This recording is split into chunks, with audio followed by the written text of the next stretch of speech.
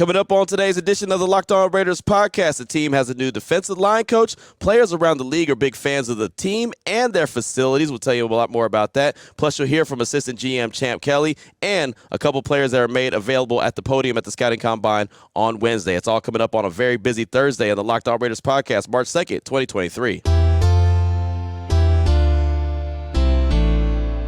Just win. Just win. Just win. Just win. The autumn wind is a raider, pillaging just for fun. He'll knock you round and upside down and laugh when he's conquered and won. And won. And won. And won. And won. And welcome in, Raider Nation, to another edition of the Locked On Raiders podcast. Thank you so much for making the show your first listen each and every day. Remember, you can find the Locked On Raider podcast free and available on all platforms, including YouTube. I tell you each and every day, my man Ari's doing a great job making sure we're up there each and every day. And I can't tell you now how many months we've been on YouTube, but it hasn't been a lot. And the show has really grown and grown and grown, and subscriptions and everything, just the viewership of it has really grown. So we definitely appreciate that. And again, that's all because of my guy Ari at Ari Produces on Twitter. He does a good job, a fantastic job, as a matter of fact, each and every day, if you don't mind me bragging on my man Ari just a little bit. Today's edition of the Locked On Raider podcast is brought to you by FanDuel. It is the official sportsbook of the NFL. Make every moment more. Visit FanDuel.com/LockedOn today to get started. And let's go ahead and jump into the news and the notes as we're already into, well, day 4, kind of day 3 of the Scouting Combine here in Indianapolis. I'm in the convention center right now as we speak. A little bit of calm before the storm. And today, defensive backs are going to be featured. And I'm very excited about hearing from the defensive backs on the podium because, well, we all know, well, not only do the Raiders need defensive back help, they need all kind of defensive help. And on Wednesday, they had defensive linemen, they had linebackers, but today with the DBs, you know my motto, DBs win games. So I'm excited about that. That's going to be a lot of fun being able to hear from these guys. But let's go ahead again, get into the news and notes of the day. And off top, the Raiders hired a defensive line coach. And they had fired Frank Okam. A lot of people hit me up and said, Q, have they hired a defensive line coach yet? And there was no word at anything about a defensive line coach. And when we talked to head coach Josh McDaniels, he said that Pat had a lot of experience with that, so he was going to handle that. And he was right. He does have a lot of experience with it, and he showed that experience when the Raiders made their defensive line coach hire, and that is Rob Leonard. He was with the Baltimore Ravens last year as the outside linebackers coach, but he was also a Miami Dolphins defensive-minded coach and also New York Giants. So that's where he has the familiarity there with Patrick Graham. So just like the coaches want to get their players in there, the coaches also want to get their assistant coaches in there, be with the same kind of philosophy. So this is 100%, as far as I'm concerned, a Patrick Graham hire. He's a guy, like I said, that has plenty of familiarity with them going back to the Dolphins and also the Giants. As a matter of fact, he spent the last 3 years, well, last year he was with Baltimore, but before that, the 3 years before that, 2019 to 2021, he was with Miami. He was the outside linebacker coach in 2021 and assistant defensive line coach in 2020, linebackers coach in 2019. Spent the first 6 seasons of his NFL coaching career, 2013 to 2018, as an assistant with the New York Giants. Check this out as far as numbers and stats go. From 2019 to 2021, Miami's linebacking crew produced 329 total tackles, 34 tackles for loss, and 19.5 sacks while tying for the NFL's 4th most quarterback hits. Dolphins linebackers were also the league's only group to record multiple defensive touchdowns. In 2020, Miami's defense finished 6th in scoring while recording the league's most takeaways with 29 and producing the NFL's best third down defense. Outside linebacker Jerome Baker, that is, produced a team-high 124 tackles, which ranked 4th in the AFC in 2019. So this is a really good coach. The Raiders did not announce this hire. This was actually done by John Harbaugh, the Ravens head coach, on the podium Wednesday at the Scouting Combine. And there's plenty going on at the Scouting Combine on Wednesday, plenty of news and notes. But, yeah, that was something that John Harbaugh dropped that little nugget on the Baltimore Ravens, their beat writers and all the media that covers them. And so they started tweeting that out, and that's how I saw it. And still, the Raiders have not confirmed it, but the reporters that put it out there, they're ones that you could trust. So I definitely believe that that is a new hire for the defensive line coach. And like I said, I haven't really had it confirmed, but I've had it confirmed, if you know what I mean. So there you go, Rob Leonard, new defensive line coach for the Silver and Black. Now, I mentioned the fact on top that players around the league are big fans of the Raiders and their facilities. And you're probably wondering, wait, what do you mean by that? Well, the NFLPA put out an all-32 team report card, and there were over 1,300 players that were surveyed. And this is all about, ranking the football facilities, the staff, overall treatments of players, and the Raiders came in third. It was the Vikings, the Dolphins, and then the Raiders coming in at 3. And the categories here: treatment of families, food service nutrition, weight room, strength coaches, training room, training staff, locker room, team travel. Why does this matter, you're asking? Because when the Raiders are trying to sign free agents, which Dave Ziegler, Champ Kelly, and company are going to be trying to do once March 15th is, once the new league year opens up, this plays a factor. Players want to go where they like the facilities, where they like the weight room, where they like the coaches, the training room, the training staff, the locker room. They want to be around nice things. And when the Raiders hosted the Pro Bowl, there was a lot of players that were saying, man, the Raiders have really nice facilities. So to come in third is really a hell of a mark for the Silver and Black, knowing that they never would have came in anywhere near third if they were in Oakland. And that's not a shot in Oakland. It's just how much the facilities have been upgraded in Vegas. That's one of their calling cards. Now they got to upgrade the play on the field, right? But as far as the facilities go, and I've been saying this for a long time, they have a great practice facility and have a beautiful stadium. Now, again, the play on the field has got to be improved. But as far as the categories go, treatments of family, the Raiders got a B, so they rank 12th out of 32. Food service and nutrition, they got an A-. They rank 5th out of 32. The weight room, A+, they were tied for first. Strength coaches, A+, tied for first. That's part of Deuce Gruden and others. There's plenty of them strength coaches there. I forget the head coach's name, and I apologize for that. But Deuce Gruden is part of that strength and conditioning crew. Training room, A, 4th out of 32. Training staff, B+, tied for 22nd. Locker room, A+, tied for first. And team travel, A+, tied for first. So when you put that all into the blender and you mix it all up, they come out third. Again, the Vikings were first, the Dolphins were second, and the Raiders come in at third. I thought that was pretty stinking impressive. Final little nugget I have for you for segment number 1 of today's Locked On Raiders podcast, news and notes of the day. Maxx Crosby was on the Pivot podcast with Ryan Clark. Of course, he does that with a group of others, and they do a fantastic job. The Pivot podcast is one of the best ones out there. Well, Max was on it, and there was a lot of good nuggets that came out of it, but this one was really one that caught my attention. And they were talking about that Thursday night game against the Rams when Baker Mayfield went 98 yards and beat the Raiders at the end, and they didn't have any timeouts, and Baker Mayfield had only been on the team for like 2 days. There was no way that the Rams were going to win that game, right? Until they did. So Ryan Clark asked Maxx Crosby about that game and just said that had to be the low of the low for your 2022 season. Take me inside the locker room after the game. Thought this was some good stuff right here from Maxx Crosby. Yeah, honestly, I think that was the lowest point of the season because we finally were starting to figure it out. We went to Seattle. We got that huge win. We won, I think, 3 in a row, and we're like, all right, people start talking about us again, like, okay, this is what the Raiders are supposed to look like. Mm-hmm. So we go to that game. Defensively, we're whooping their ass all game. And we just kept letting them hang around. And then all of a sudden, like, there was no thought in my head that we're going to lose this game. Like, there's no chance. And we go in the last drive. We get me and Chandler split a sack on the second play of that last drive. Then we get a 15-yard penalty on some just stupid shit. And then, it's just like, can't get out of our own way. And like, as a leader and like you said, like being on that defense, that's the shit that I take personal because I'm supposed to be the leader of the defense. That shit falls on me at the end of the day. And I could look at it and be hard on myself, but like, that's the tough part about it. Like, I you don't know. Like, I can make 5 plays, but the 6th play, they still go over your head and they score. So that's the tough thing. It makes you think a lot, and think, what can I do more?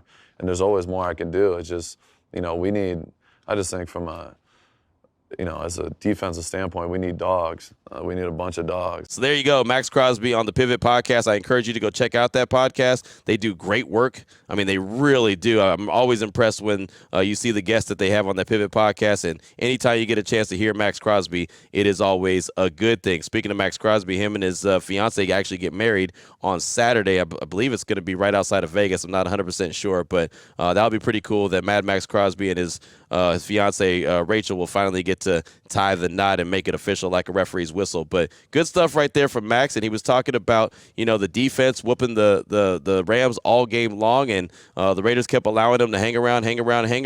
That was on the offense. They weren't able to score points, and then dumb mistakes, shooting themselves in the foot, and he was talking about that Jerry Tillery 15-yard penalty. That was dumb. Other things that they did, just dumb. They've got to be better than that. They've got to get situational football players, guys that are smarter. That's something that Dave Ziegler talked about when he talked to us just the other day. Also something that Josh McDaniels has talked about. You got to have it upstairs, in between the ears. They've got to figure it out. And finally, when Maxx Crosby said we need some dogs, that just means they need better talent, all-around players. And I love the fact that Maxx Crosby took it so personal. He did a hell of a job with that podcast. And again, I encourage you to go check it out. Maxx Crosby on the Pivot Podcast with Ryan Clark. Coming up in segment number 2, I got a chance to sit down with Raiders assistant GM Champ Kelly at the Scouting Combine on Wednesday. Had about an 8 or 9 minute conversation. Really good stuff that will fire you up. Trust me on that. You'll hear that conversation coming up in segment number 2 after I tell you about the title sponsor of the show, which is FanDuel. And we already know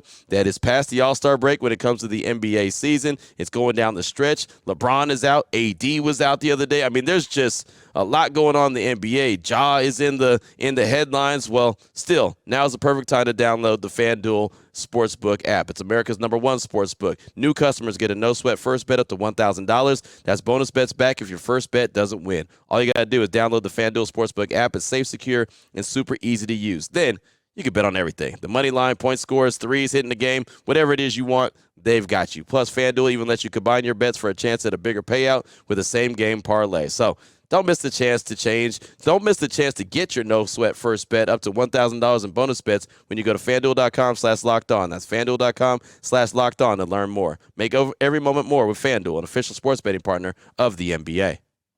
All right, Raider Nation, here we go. Segment number 2 of today's Locked On Raiders podcast. Man, one of the benefits of being at the Scouting Combine in Indianapolis, and this is my first time, I'm having a great time, is that you never know who you're going to run into. And being on Radio Row, and I was there on Wednesday all day. Got there about 6:30 in the morning, which is 3:30 Pacific time, and was there all night long. And, anybody and everybody, coaches, GMs, assistant GMs, players, draft prospects, all kind of folks are walking through. And I don't know what it's going to be like on Radio Row today, only because there's so much going on at the Lucas Oil Stadium. The actual stadium is where a lot of stuff's going to be going on. So I know a lot of the national broadcasts like NBC Sports and NFL Network, they're all going to be broadcasted from the stadium. So I don't know how busy it's going to be on Radio Row today, but I'm going to find out. But one guy I was able to catch up with on Wednesday, I was very blessed, and I thank the Raiders for giving me the thumbs up on this, was assistant GM, Champ Kelly. You heard from Dave Ziegler in great detail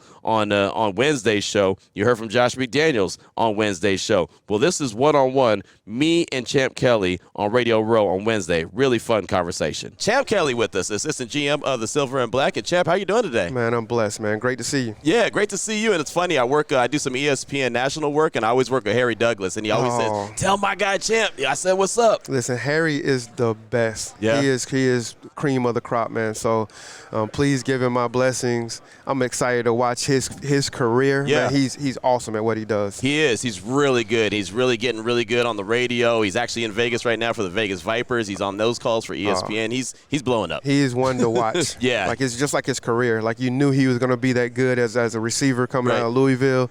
This is how good he's going to be in his setting right now. Right. And, it just segues right into the conversation about kind of looking at talent and evaluating talent. When you go into it, when you're putting everything together, the big board, it's the draft, we're at the Combine. What goes into the whole process of getting the talent and putting it together and evaluating it? Well, it's a full process that goes on, all year round. And I think, a lot of the credit has to be given, to our scouting staff. Mm-hmm. We have, our college director, Brandon Yergin, our pro director, Dwayne Joseph, and their staffs. They do an awesome job of, just going and evaluating the whole person. Like, we're really big on, football intelligence. We're big on football character and personal character, and that's outside of just the player. Right. And understanding, the skill set and ability to learn is very, very important for us as we add potential Raiders to the football team. Champ Kelly is our guest here on Raider Nation Radio 920 Unnecessary Roughness. We always focus in on the first round,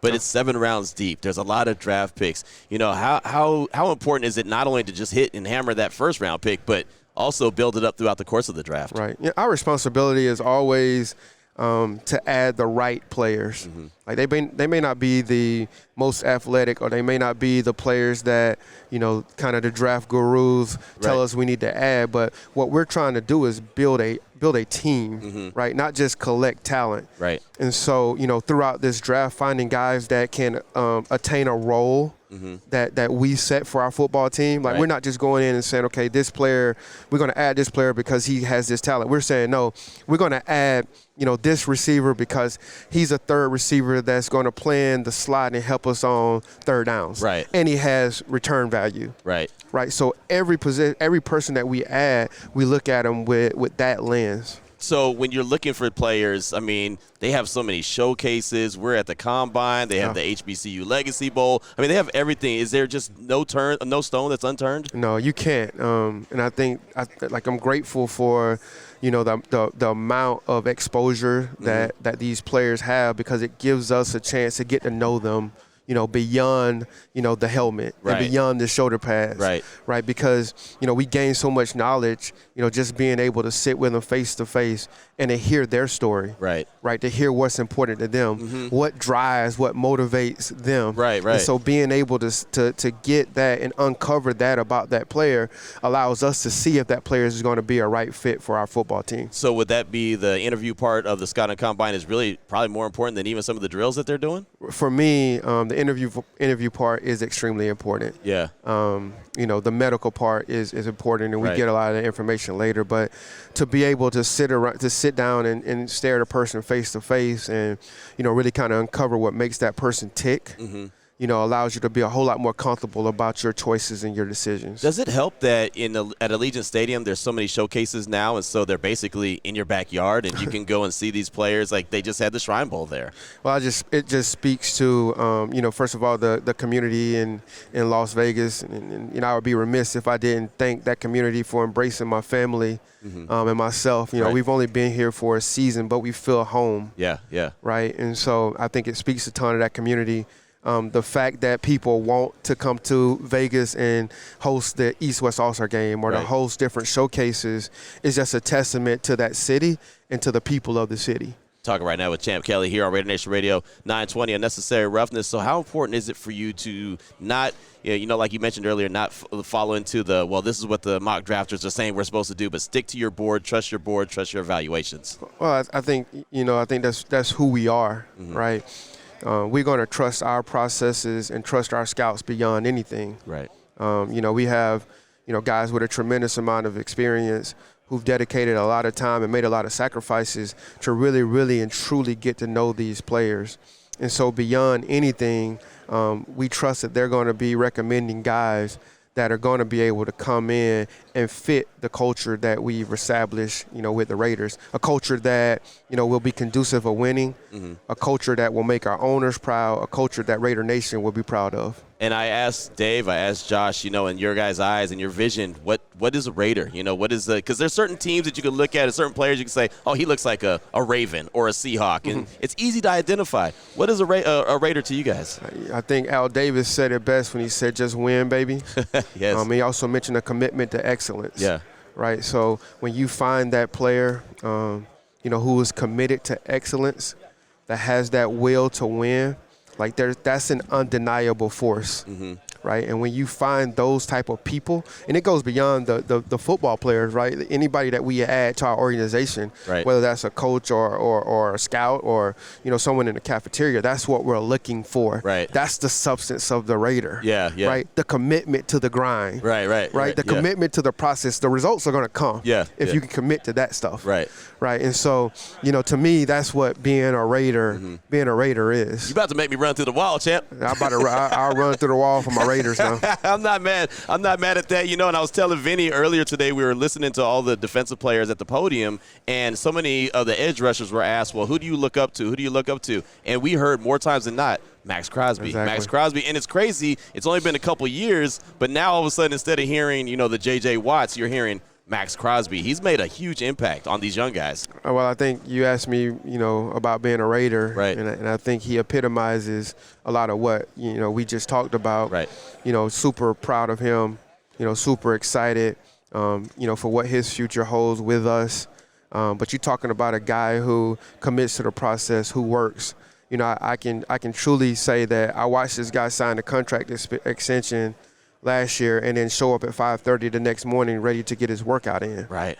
And that's what you want. So he's committed to the process. Right. He's committed to not just making himself better, but making his team better. And he believes in meeting the team where they are at and lifting them up as he climbs. Yeah. And that's what you want. I love the energy. How exciting is this process? Just being involved in it, how exciting is this? Well, the process is a process, and it is exciting. It's something that I'm very, very familiar with. Yeah. I'm more excited about making our fans happy. Right. When I see the stuff that's said and about Raider Nation and our fans and the loyalty that they have, and that makes me want to wake up early every morning and work late every night to try to make sure that we produce a product, they can be proud of. It's awesome. It's awesome. Well, Champ, I know you're busy. I know you're making your rounds. You got some scouting to do. I'm going to let you go, but thanks so much for sharing some time with us with Raider Nation. Appreciate you, Q. Thank you. So there you go. That was some good stuff with assistant GM Champ Kelly, and I'll tell you what, when I played that on the radio, people were texting in and tweeting in, and Q, that got me fired up. He talked about Al Davis. He talked about commitment to excellence. You heard me say I'm ready to run through a wall. He said I'm ready to run through a wall for my Raiders. I mean, he is fired up, and he's a guy that I fully believe will be a GM of his own team sooner rather than later. He's got a lot of respect across the NFL, but, man, just a blessing to have a few minutes with him. I get to see him in the press box every once in a while. I always say hi and shake his hand, and I like to do that. I like to be personable with people, and, it always allows them to kind of be more personable with you when they get a chance to talk to you. So getting the chance to sit down with Champ Kelly was really cool. Appreciate him and definitely appreciate the Raiders, and hopefully you enjoyed that conversation. But that had me fired up. And I'll tell you right now, I really like this staff, and I know they got a lot to prove that they can get it done. But from Dave Ziegler to Champ Kelly, even Josh McDaniels, I like all these guys. Pat Graham, I like all these guys. And, again, they have a lot to prove that they can get it done. I know that they've got to show that they can win on the field. It's not just about liking them in the press conference, but I really do believe these guys have the right intentions. I really do believe that they have a good plan in place to get this team turned around. The only thing is it's been so long, us as fans are starving, right? We're starving. It's like we're in the desert. We just need a drop of water, and we just don't see where the well is at. So hopefully that drop of water or a lot of water, maybe a waterfall comes flowing sooner rather than later. I do think that they're going to get this thing turned around, but, man, it's so hard to have faith when you had faith for 30 plus years and you haven't been rewarded for that faith. But I do, just again, from being around them, gut feeling, and maybe it's just gas, but my gut feeling tells me these guys are some good guys and they're going to get it done. But that's my conversation I had with Champ Kelly on Wednesday on Radio Row in Indianapolis. Coming up in segment number 3, you're going to hear from Iowa linebacker Jack Campbell, Army linebacker Andre Carter II, and Texas Tech edge Tyree Wilson, who is flying up the draft charts. He may be the first defensive player taken, especially after the news that we found out on Wednesday. We'll talk all about that. You'll hear from those guys coming up in segment number 3 of today's Locked On Raiders podcast. Here we go, Raider Nation, segment number 3 of today's Locked On Raiders podcast. Wanted to bring you a little bit of sound from the defensive players that we got an opportunity to talk to. And this is not one-on-one. This is just conversations from the podium. So sometimes it gets a little tough to hear these guys' questions that are being asked to them, but you can hear the answers really well. But for the most part, I think you can hear most of the questions. But a couple guys that really stood out to me that, to me, could easily end up becoming Raiders. Texas Tech edge Tyree Wilson, Iowa linebacker Jack Campbell. Jack Campbell just seems like he could be a Raider. And then I'm always intrigued by Army players, Army people. Anyone who has listened to me for a long time knows I have a lot of respect for the armed forces. And Army linebacker Andre Carter II, he just seems like a guy who he might not be prototypical linebacker or edge rusher at the time, but I do think that he has a role and he can get into the nutritional side of things in the NFL because, I mean, look, the dude's in the Army. So, right now he is fit. He is ready to go. I mean, he is on that regimen, but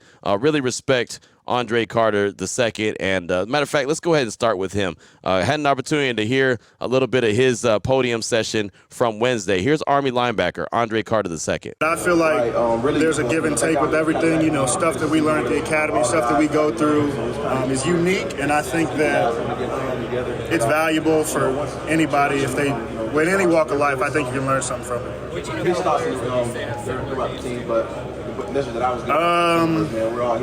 A guy that I kind of look at in the NFL, who I've got a lot from his game, is Leonard Floyd. We got similar body types, similar height, and that's somebody that I kind of looked at the past couple of years to pattern my game after. What kinds of questions do you get from teams about being in the military? I would say, I don't know. It's just basic questions. How I got there, how do I like it, and kind of big takeaways what I've learned from being there. Can you tell us what the tip today was like? What's good about that? Even in high school, I had 3 different head coaches. Two coaches changed in college, so it's going to be able to show coaches also play. So we would get up around 6:30 for morning formation, which is like accountability of everybody in your company, and then have class till about noon. After that, we'd eat lunch and then head up to the stadium for practice, workouts, treatment, meetings, all that type of stuff. Have dinner with the team and then head back down around 8, 9 o'clock and get started on your homework and your military responsibilities. We've been talking to a lot of people here. It's really been a blur, just trying to take it all in and put my best foot forward.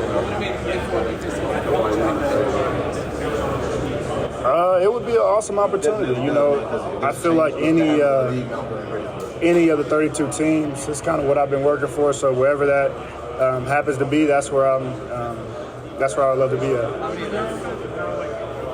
Definitely, I have a good amount of tape out there, man. Coverage from tight ends, take on the fence up the sideline on wheel routes. You talking just how does the process work? Okay.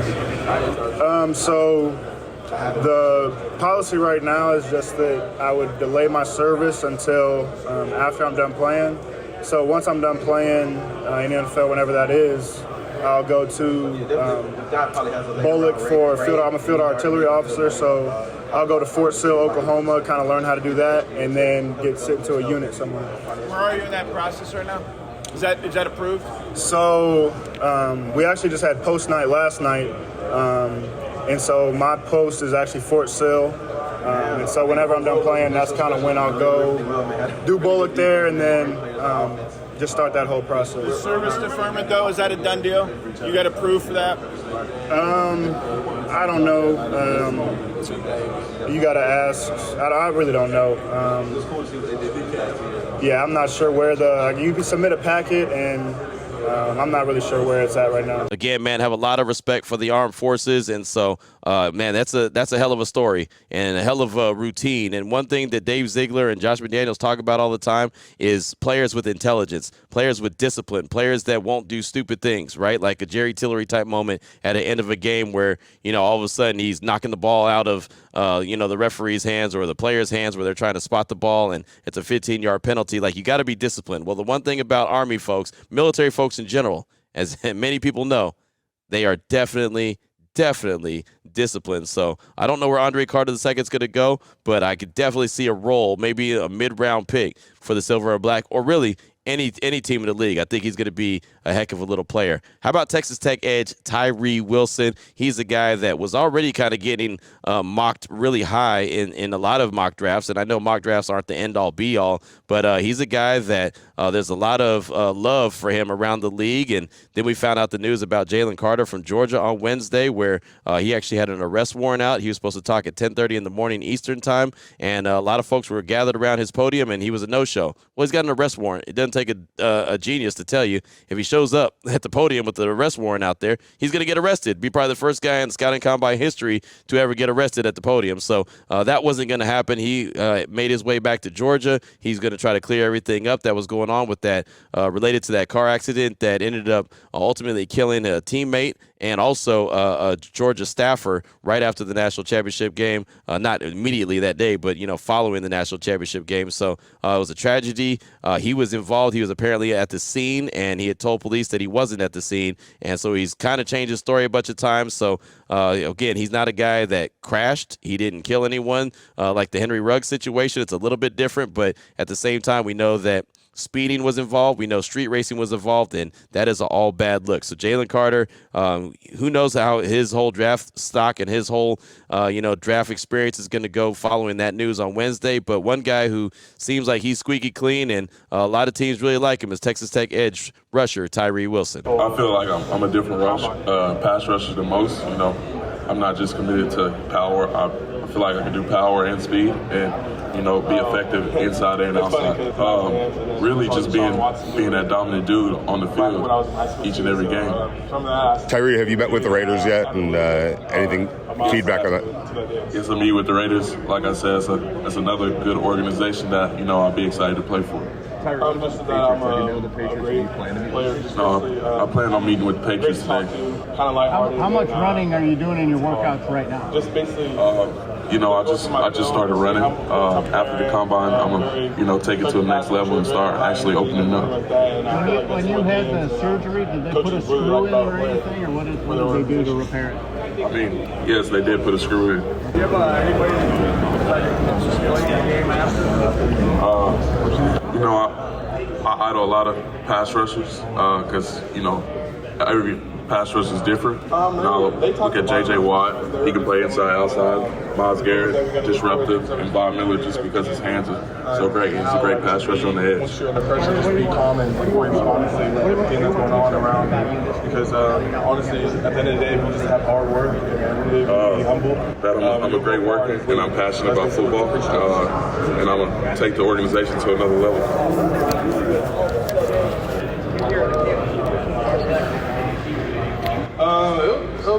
It'll be nice. Not gonna lie. My dad lives in Washington. Pac-12 offer him.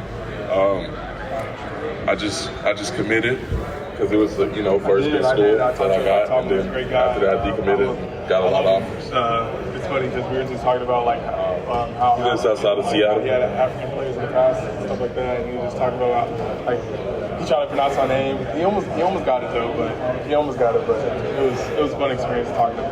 At the end of the day, the eye in the sky don't lie, so they can turn on the tape and see how passionate I am about football, chasing the ball carried down, even when it's not my play to make, and also just they can hear it in my tone that I'm passionate about this game. Sorry, I know you said you kind of block out the noise and the projections, but at what point in time did you start to notice that things were a little bit different as far as just how the projections and draft? I would say early August before, training camp, you start seeing the first round projections. But at the end of the day, you still got to put in the work and, live up to them expectations. Stuff like that. Do you consider coming out of your stuff like that? I really didn't consider coming out last year. I knew it was another level to take, step to take, and came back to school and took that step. Did you hear that some of the scouting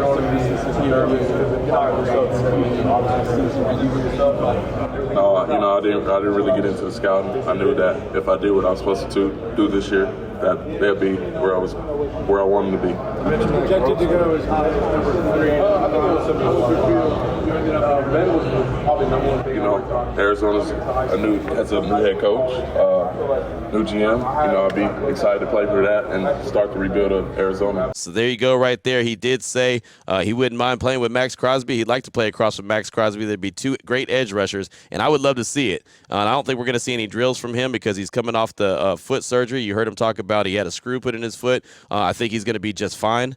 But, man, his length is very similar to Maxx Crosby's. You imagine two – I don't want to call them both condors because we know Maxx Crosby is the condor, but he's very condor-like, right? He has to earn his own nickname. But, man, could you imagine two dudes with that kind of length? Because he has incredible length.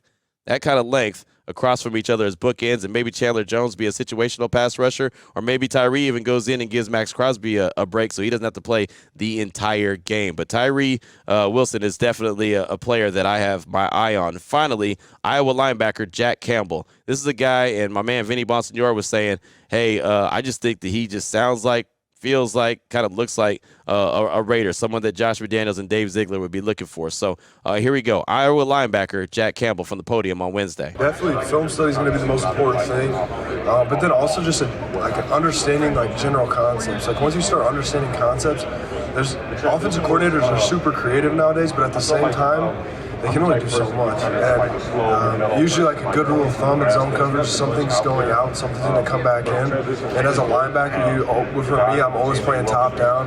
We'll give our offense a 5-yard, a 4-yard little out route, but I'm going to take away that 12-yard dig.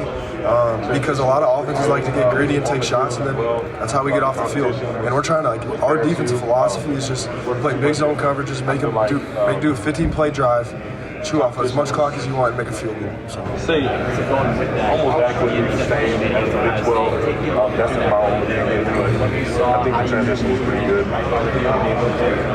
100%. They came out in a slant Y formation, what we call it at Iowa. For me, I got a little bit too nosy. I should have definitely had a better read on that, but I came out of it and I saw the back going to the flat. Something's got to be coming back in, and I know they know we're in quarters, and they're going to put stress on me and try to hit us with a deep dig on the backside. I kind of saw it out of the corner of my eye, but I opened my zone, get my hips to the field, and I feel like that ultimately allowed me to go be able to make that play. But at the same time, that's my coaching staff and my team is just continuing to push me to be better and never settling for anything but my best. What's one of the best ways that you can impress teams this week? There's obviously a lot of guys want to do all the process here, but what's one of the ways that you can impress teams?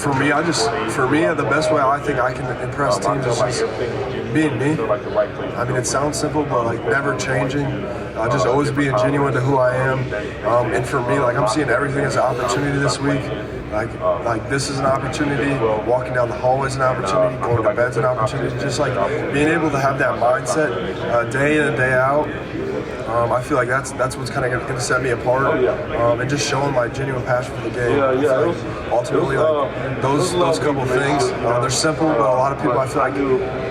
I don't know. I'm not going to say a lot of people don't have them because I don't know a lot of people, but at the same time, I feel like it's kind of rare. Jack, the linebacker position has changed over the years, and teams are trying to get linebackers off the field in pass situations. How much pride do you take on being able to rush the passer, stop the run, but also defend the pass and stay on the field? Yeah, for sure. I mean, linebackers, you got to be amphibious and do a lot of different things. You got to know the front, but you got to know how to play in the back end and coverage. And I feel like for me, I definitely need to continue to improve on rushing the passer. That's just a huge area that I see that I can continue to grow in. But at the same time, like linebacker, it's just such a fun position because again, you get to experience so many different things. One play is never like the last. You get it. For me, I like to be able to kind of be in control a little bit and make sure everyone's lined up.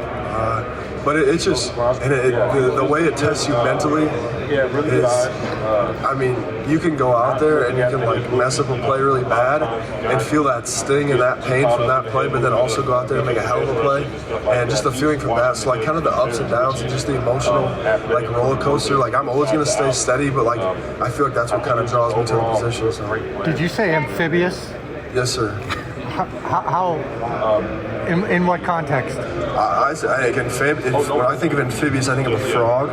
You can go in the water and you can go in the land. And linebacker, you got to play the run. You got to take on blocks. You got to be able to use your hands. You got to be violent back there. But then I also got to drop back into coverage. And like I'm just gonna use this guy's example. I'm like Tyreek Hill. I'm gonna have Tyreek Hill in the slot. So I'm gonna be able to have to take on 330-pound guys and defeat them and then go tackle. Let's think of a back. I got to go tackle Nick Chubb. And then the next play, I'm going to line up, and I'm going to have to go cover Tyreek Hill. So that's like kind of the context that I'm seeing. So you're playing in the Pro Bowl is what you're doing, right?